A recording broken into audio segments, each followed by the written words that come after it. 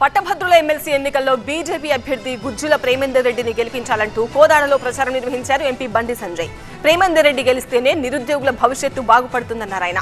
BRS Congress మాయమాటలు నమ్మి మోసపోవద్దన్నారు బండి సంజయ్. మరోవైపు నల్గొండలో జరిగిన బీజేపీ సభలో వీడియో కాల్ ద్వారా ప్రసంగించారు మధ్యప్రదేశ్ సీఎం మోహన్ యాదవ్. పట్టభద్రులంతా బీజేపీకే పట్టం కట్టాలన్నారు. ప్రేమేందర్ రెడ్డి గారి మీద ఏ అవినీతి ఆరోపణ ఇంతవరకు లేదు, నెక్స్ట్ కూడా ఉండదు. ప్రేమేందర్ రెడ్డి గారు నమ్మిన సిద్ధాంతం కోసం కష్టపడి పనిచేసినటువంటి ఒక న్యాయవాది అని ప్రేమేందర్ రెడ్డి గారు. నక్సలైట్ సంపుతా అన్నా కూడా డే టు టైం ఫిక్స్ చేసి ఆయన మీద పోస్టర్ లేసినా కూడా ఇలా కాషాయబ్ జెండాని ఇష్టపెట్టకుండా ఇలా నమ్మిన సిద్ధాంతం కోసం ప్రాణాలను తెగించి కొట్లాడిన వ్యక్తి ప్రేమేందర్ రెడ్డి గారు. ఇక్కడ పూర్తిగా విద్యా వ్యవస్థ మొత్తం సర్వనాశనం చేసిన వ్యక్తి కేసీఆర్.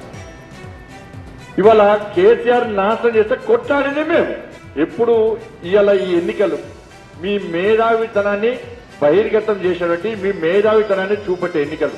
6 గ్యారెంటీలతో మోసం చేసిన కాంగ్రెస్ పార్టీ ఏ విధంగా దాన్ని అప్పుడు చూసి ఓటేసిరో, మళ్ళా మీరు మోసపూరితమైన మాటలు చూసి ఓటేస్తే మీ గురించి మళ్ళీ కొట్లాడే వల్ల మళ్ళీ మేమే కొట్లాడాలి.